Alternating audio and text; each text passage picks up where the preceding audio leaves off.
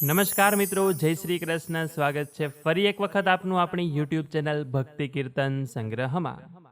મિત્રો, આજના આ વિડીયોમાં આપણે શ્રાવણ મહિનાના રવિવારે કરવામાં આવતા વીરપસલી વ્રતની કથા સાંભળવાના છીએ. વ્રતનો મહિમા, વ્રતની વિધિ જાણીશું કે જે વ્રત ભાઈ બહેનના ઊંડા પ્રેમના પ્રતીકને બતાવે છે. જો આપને આ વિડીયો પસંદ આવે તો લાઈક કરજો, શેર કરજો. અમારી ચેનલમાં નવા હોય તો સબસ્ક્રાઇબ કરવાનું ભૂલતા નહીં કે જેથી કરીને આવા જ અવનવા વિડીયો આપને મળતા રહે. તો કોમેન્ટ સેક્શનમાં આપના ભાઈનું નામ જરૂરથી લખજો.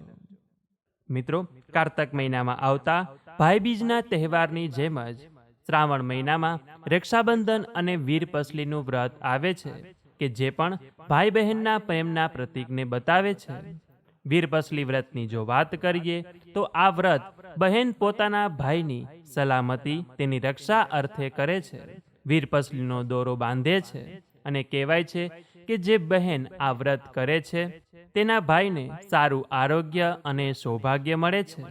વ્રત કરતી વખતે કેટલાક નિયમો પણ પાળવાના હોય છે. કહેવાય છે કે જો કોઈને મોટી બીમારી હોય તો ડૉક્ટરની સલાહ લઈને જ વ્રત કરવું. આ વ્રત ખાસ કરીને બહેનો કરે છે. એટલા માટે જો બહેન માસિક ધર્મમાં હોય તો તે પછીના રવિવારથી આ વ્રત શરૂ કરી શકે છે. સામાન્ય રીતે શ્રાવણ મહિનાના પહેલા રવિવારથી જ આ વ્રત શરૂ કરાય છે અને જો તે દિવસે શક્ય ન હોય તો બીજા રવિવારથી પણ આ વ્રત કરી શકાય કે જે વ્રતની પૂર્ણાહુતિ તે રવિવારના બીજા રવિવારે એટલે કે પછીના રવિવારે કરવામાં આવે છે. આ વ્રત ભાઈના સારા ભવિષ્ય, લાંબા આયુષ્ય, નિરોગી જીવન અને સુખ શાંતિ મળે તે કામના સાથે કરવામાં આવે છે. આ વ્રતમાં સૂતરના દોરાની 8 શેર લઈને 8 તાતણાવાળો દોરો લઈને તેમાં 8 ગાંઠ વાળીને તેને હળદરવાળો કરીને 8 દિવસ સુધી રોજ સવાર સાંજ આ દોરાને ધૂપ દેવામાં આવે છે. નિત્ય વીરપસલી વ્રતની કથા સાંભળવાની અને કથા સાંભળ્યા પછી જ એકટાણું કરવાનું. વ્રત કરનારી બહેને ભાઈનો ખોબો ભરાય એટલું અનાજ રાંધીને એક સમય જમવાનું. આમ રવિવારે વ્રત શરૂ કરી બીજા રવિવારે વ્રતનું ઉજવણું કરવાનું કે જેમાં ભાઈને જમવા બોલાવવાનો, લાડુનો પ્રસાદ બનાવવાનો અને ભાઈને ભાવતી બીજી વાનગીઓ બનાવવાની. બહેને ભાઈને પ્રેમથી આશીર્વાદ આપવાના અને ભાઈ પણ બહેનને યથાશક્તિ મુજબ ભેટ આપે છે અને બહેનના આશીર્વાદ લે છે. અને ત્યારે તે બહેને ભાઈના હાથમાં દોરો બાંધવાનો. 7 તાતણા બાંધીને 8મો તાતણો પીપળના ઝાડ નીચે બાંધવાનો. જે કોઈ બહેન શ્રદ્ધાપૂર્વક, ભાવપૂર્વક આ વીરપસલીનું વ્રત કરે છે તેને આ વ્રતનું ફળ અવશ્ય મળે છે કે જેની કથા હવે આપણે સાંભળવાના છીએ. તેના ઉપરથી આપણને સમજાશે કે વીરપસલી વ્રતમાં કેટલી શક્તિ છે. ઘણા સમય પહેલા એક ગામમાં ભલો અને ભોળો ખેડૂત રહેતો હતો. તેને 7 દીકરા અને 1 દીકરી હતી. તેના બધા દીકરા પરણેલા અને દીકરી પણ પરણી ગઈ હતી. પણ કમનસીબે દીકરીને સાસરિયેથી કોઈ તેડવા આવતું ન હતું એટલે તે પિયરમાં જ રહેતી હતી અને તેણે પિયરમાં જ સુખ દુઃખમાં દિવસો કાઢવા પડતા હતા. 7 ભાઈઓમાંથી મોટા 6 ભાઈઓ ખૂબ સુખી હતા કારણ કે તેઓ ખૂબ કમાયા અને તેમને અભિમાન પણ આવી ગયું હતું. પણ નાનો ભાઈ ખેતરમાં મજૂરી કરીને માંડ માંડ ગુજરાન ચલાવતો એટલે તે ગરીબ જ રહ્યો. બહેન, તેના મા બાપ અને નાના ભાઈ ભાભી બધા સાથે જ રહેતા. તેમને નાના ભાઈ સાથે વધારે પ્રેમ હતો. બહેનને નાના ભાઈની ગરીબી જોઈને ખૂબ દયા આવી. તેને થયું કે લાવ હું મારા ભાઈને મદદ કરું. એમ વિચારીને તે 6 મોટા ભાઈઓ પાસે કામ માંગવા ગઈ. ત્યારે અભિમાનમાં છકેલી ભાભીઓએ કહ્યું કે નણંદબા, અમારે ત્યાં બીજું કાંઈ કામ નથી, પણ જો તમે અમારા 6 ઘરના ઢોર ચારવા જાઓ તો હું બપોરનું વધેલું ઘટેલું ખાવા આપીશ. બિચારી બહેનને તો કામ જોઈતું હતું એટલે તેણે ઢોર ચારવાનું કામ પણ સ્વીકારી લીધું. બહેન રોજ 6 ભાઈઓના ઢોર ચરાવવા જાય અને તેમને જે વધેલું ઘટેલું ખાવા મળે તેનાથી જ પોતાનો દિવસ પસાર કરે. એક દિવસ બહેન ઢોર ચરાવવા જતી હતી ત્યારે નદી કિનારે કેટલીક દીકરીઓને કોઈ વ્રત કરતી જોઈ. તેણે પૂછ્યું કે દીકરીઓ, તમે આ શું કરો છો? ત્યારે દીકરીએ કહ્યું કે આજે વીરપસલી છે, અમે વીરપસલીના દોરા લઈએ છીએ. તો બહેને પૂછ્યું કે આ દોરા લેવાનો ફાયદો શું થાય? ત્યારે તેમાંથી એક દીકરીએ જવાબ આપ્યો કે આખું વર્ષ ભાઈને સુખ મળે. બહેન કહે કે મારે પણ વીરપસલીનું વ્રત કરવું છે, પણ એ કેવી રીતે થાય તે શીખવાડો ને. છોકરીઓએ એક સૂતરનો દોરો આપ્યો અને કહ્યું કે આ દોરાની 8 શેર લઈ 8 ગાંઠો વાળજે, પછી મહાદેવજી મહાદેવજી બોલતી રહેજે. 8 દિવસ સુધી રોજ સવારે નાઈને આ દોરાને ધૂપ દેજે. 9મા દિવસે વ્રતનું ઉજવણું કરજે અને આ દોરાને પીપળાના ઝાડ પર બાંધી દેજે. છોકરીઓએ એમ પણ કહ્યું કે દોરા 8 છે, પણ તેમાંથી 7 જ દોરા તારા ભાઈઓને કાંડે બાંધજે. 8મો જે દોરો વધે તે પીપળાના થડ પર બાંધી દેજે. બહેન તો ખુશ થઈને વ્રતના દોરા લઈને સીધી નાના ભાઈના ઘરે ગઈ અને માને કહ્યું કે માં, મેં વીરપસલીનું વ્રત લીધું છે, એટલે વ્રતના દોરાને ધૂપ દેવા માટે અંગારા કોલસામાં રાખી મૂકજે. ભલે માએ ચૂલો ઠાર્યો નહીં, પણ બહેનની ઈર્ષાળુ ભાભીઓને તેનું વ્રત તોડવા માટે છાનામાના ચૂલામાં પાણી રેડી દીધું. બહેન પાછી આવી ત્યારે ચૂલામાં અંગારા ન મળ્યા. માએ ફરી ચૂલો સળગાવ્યો, તેમાંથી અંગારા લઈ નાની બહેને વ્રતના દોરાને ધૂપ દીધો. પછી તેણે ઘરમાં જે કંઈ પડ્યું હતું તે ખાઈ લીધું. 8 દિવસ પૂરા થયા અને વ્રતનું ઉજવણું કરવાનો દિવસ આવ્યો. માએ બહેનને કહ્યું કે બેટી, હવે તું તારા 6 મોટા ભાઈઓને વ્રતના દોરા બાંધી આવ.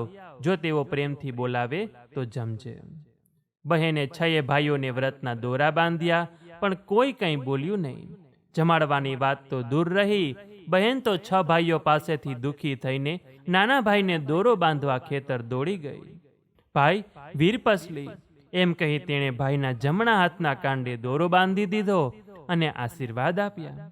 ભાઈ, તમારું કલ્યાણ થાવ, જુગ જુગ જીવો મારા વીરા. નાનો ભાઈ ગરીબ હતો, તેની પાસે કંઈ હતું નહીં. બહેન તેની મૂંઝવણ સમજી ગઈ. ભાઈ, તમે જે આપશો એ હું પ્રેમથી સ્વીકારી લઈશ. ફૂલ નહીં તો ફૂલની પાખડી આપશો તો પણ બસ છે. ખેતરમાં વાવવા માટે 1.25 શેર કોદરા પડ્યા હતા. તેના પર ભાઈની નજર પડી. તેણે તે બહેનને આપ્યા. એક માટીનું ઢેફું આપ્યું અને કોડિયામાં 1 પૈસો હતો તે પણ આપ્યો. ભાઈની આ ભેટને અમૂલ્ય માની બહેને તેને પોતાના પાલવના છેડે બાંધી દીધી. જતા જતા તે બોલી, મોટા 6 ભાઈઓ કંઈ આપે એવા નથી, એમણે કંઈ ના આપ્યું. તેમના કરતાં તો તે ઘણું સારું આપ્યું છે. તે સાચા હૃદયથી કોદરા આપ્યા તે મારા માટે ચોખા બરાબર છે. માટીનું ઢેફું એ ગોળ બરાબર છે અને પૈસો તો મારા મનથી સોના મોહર બરાબર છે. મારા વીરા, તે મને આટલું આપ્યું તે મારા મનથી ઘણું છે. બહેન ઘરે ગઈ તો પતિને ખાટલામાં બેઠેલા જોયા. માએ કહ્યું કે દીકરી, જમાઈ તેડવા આવ્યા છે. ત્યાં વખતે વીરપસલીનું વ્રત કર્યું, તેનું ફળ તને આજે જ મળ્યું છે. માં મૂંઝાયા કે દીકરીને આપવું શું. બહેનની ભાભીઓને કાને વાત ગઈ અને નણંદને સાસરીએથી તેડું આવ્યું. એટલે 6 જણીએ બહેનની મજાક કરવા જૂના ગાભા ચીથરા ભરીને એક પોટલી તૈયાર કરી. તે સાસુને આપીને કહ્યું કે નણંદબાને આટલું અમારા તરફથી આપજો. એવામાં નાનો ભાઈ કામ પડતું મૂકીને ઘરે આવ્યો. તેણે બહેનને કહ્યું કે બહેન, તું ઘણા વર્ષો પછી તારા સાસરે જાય છે, પણ મારી પાસે તને આપવા જેવું કંઈ નથી. બહેન કહે, તે મને આટલું આપ્યું તે શું ઓછું છે? કોદરાને હું ચોખા માનીશ, માટીને ગોળ માનીશ અને પૈસાને સોના મોહર માનીશ. મન શુદ્ધ હોય તો બધું પવિત્ર છે. ભાઈ, હવે હું જાઉં છું. માની અને ભાભીની સંભાળ રાખજે. બહેન સાસરે જવા તૈયાર થઈ એટલે તેને વડાવવા મોટો ભાઈ ગયો. મા પણ ગયા ને એવામાં માને યાદ આવ્યું કે દોરાને ધૂપ દેવા માટે દીકરી અંગારા વગર શું કરશે. એ તો ઝટપટ લઈને એક નાના વાસણમાં અંગારા લઈ આવ્યા અને જમાઈને થયું કે આ દોરો કોનો હશે. તો ડોશીની દીકરીએ કહ્યું કે મેં વીરપસલીનું વ્રત લીધું છે, તેનો દોરો મારી પાસે છે. તેને ધૂપ દેવો પડે તે માટે જ માં દેવતા આપી ગઈ. આજે મેં વીરપસલીનું વ્રત કર્યું તો તમે મળ્યા. ચાલી ચાલીને બંને થાક્યા હતા. એવામાં એક વાવ દેખાય. ત્યાં આરામ કરવા બેઠા તો અંગારા ક્યાં સુધી સાચવવા એમ વિચારી ડોશીની દીકરીએ પહેલા દોરાને ધૂપ આપી દીધો અને પછી તે વાવમાં નાહવા માટે ગઈ. તેના પતિએ કહ્યું કે કપડાં તો લેતી જા. તેણે કહ્યું કે પછી માગું ત્યારે આપજો. તેણે તરત વાવમાં નાહી લીધું અને પતિને કહ્યું કે હવે પેલી પોટલી છોડીને તેમાંથી સાડી આપો. તો પતિએ કહ્યું કે આમાં તો ઘણી સાડીઓ છે, કયા રંગની આપું? પત્નીએ કહ્યું કે હવે મજાક રહેવા દો, માંડ એક સાડી છે તે પણ ગંદી છે અને તમે વળી જુદા જુદા રંગની સાડીઓની વાત કરો છો. પતિએ તેને બધી સાડીઓ બતાવી. તેમાંથી ગુલાબી રંગની સાડી માગી. પત્ની વાવમાંથી બહાર આવી. તે સમજી ગઈ કે આ બધો જ વીરપસલીના વ્રતનો પ્રભાવ છે. જેઠાણીઓએ તો તેને ચીથરા બાંધી આપેલા તેના રેશમી કપડાં બની ગયા હતા. હવે તેણે ભાઈએ આપેલી ભેટ ખોલી તો એમાં કોદરા, માટી અને પૈસાની જગ્યાએ ચોખા, ગોળ અને સોના મોહર હતા. નજીકમાં જ એક ગામ હતું. બહેનને ભૂખ લાગી એટલે પત્નીએ પતિને ગામમાં ખાવાનું લાવવા મોકલ્યો. પતિ ગામમાં ખાવાનું લેવા ગયો તો અહીં ચમત્કાર એ થયો કે પત્નીએ એક ઝોકું આવ્યું અને તેની આંખ ઉઘડી ત્યારે વાવની જગ્યાએ એક સુંદર મહેલ ઊભો થઈ ગયો અને મહેલના ત્રીજા ઝરૂખામાં તે ઘરેણાં અને રેશમી વસ્ત્રો પહેરીને ઊભી હતી. થોડી વાર પછી તેનો પતિ ખાવાનું લઈને આવ્યો. હું અહીંયા છું મહેલમાં, એમ કહી તે નીચે આવી. પતિને મહેલમાં લઈ આવીને કહ્યું કે આ બધો વીરપસલીના વ્રતનો પ્રતાપ છે. થોડા સમય પછી પત્નીના પિયરિયા દુઃખના માર્યા ફરતા ફરતા આ મહેલ આગળ આવ્યા. પત્નીએ તરત જ પોતાના માતા પિતા, 7 ભાઈઓ અને ભાભીઓને ઓળખી કાઢ્યા. તેણે પોતે કોણ છે તે તરત જાહેર કર્યું નહીં, પણ દરેકને મજૂરીનું કામ સોંપ્યું. તે નજીકના જ એક બીજો મહેલ બંધાવતી હતી. તેમાં બધાને કામે લગાડ્યા અને તેણે પોતાના માતા પિતાને પોતાના મહેલમાં રાખ્યા અને નાના ભાઈ ભાભીને રસોઈના કામમાં રોક્યા. તેણે 6 મોટા ભાઈઓ અને ભાભીઓને માટી ખોદવાનું કામ સોંપ્યું. 2 ટક સૂકા રોટલા અને શાક ખાવા માટે આપતી. એક દિવસ 7 ભાઈઓની નાની બહેને મહેલમાં કંસાર અને શીરો રંધાવ્યો, લાડુ બનાવડાવ્યા અને પછી 7 ભાઈઓ તથા ભાભીઓને જમવા બેસાડ્યા. બહેને માતા પિતાને અને નાના ભાઈને શીરો પીરસ્યો, પણ બીજા ભાઈઓ અને ભાભીઓને પથ્થર જેવા લાડવા અને ખારી દાળ પીરસી. આ જોઈને બધા કહેવા લાગ્યા કે અમારાથી લાકડા જેવા લાડુ અને ખારી દાળ કેવી રીતે ખવાશે? બહેને કહ્યું, ભાઈઓ, હું કોઈ રાણી નથી, પણ તમારી સગી બહેન છું, જેની પાસે તમે ગધા મજૂરી કરાવતા, એઠું જૂઠું લુખું સૂકું ખાવા આપતા હતા. મેં તમને વીરપસલીનો પવિત્ર દોરો બાંધ્યો ત્યારે પણ તમે મને કંઈ ન આપ્યું. જ્યારે નાના ભાઈએ પોતાનાથી બન્યું તે પ્રેમથી આપ્યું. મારું વીરપસલીનું વ્રત ફળ્યું અને તેના પ્રતાપે મને રાજસાહેબી મળી છે.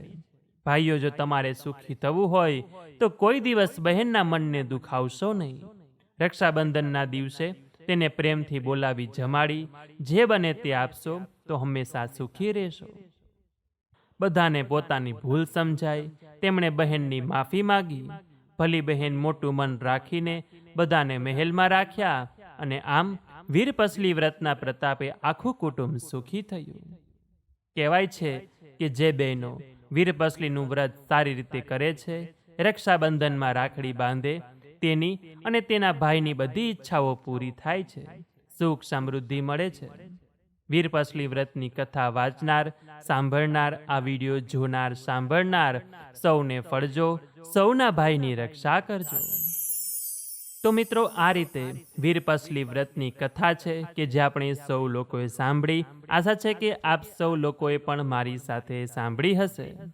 તો આ વિડીયો પસંદ આવ્યો હોય તો લાઈક કરજો, તમારા મિત્રોને મોકલજો. અમારી ચેનલમાં નવા હોય તો સબસ્ક્રાઈબ કરવાનું ભૂલતા નહીં કે જેથી કરીને આવા જ અવનવા વિડીયો આપને મળતા રહે. તો આ સાથે હવે મને રજા આપો. મળીશું ફરીથી એક નવા વિડીયોમાં. ત્યાં સુધી આપ સૌ લોકોને અમારી ચેનલના જય શ્રી કૃષ્ણ. ધન્યવાદ. મારી સાથે જોડાઈ રહેવા બદલ આપ સૌ લોકોનો ખૂબ ખૂબ આભાર.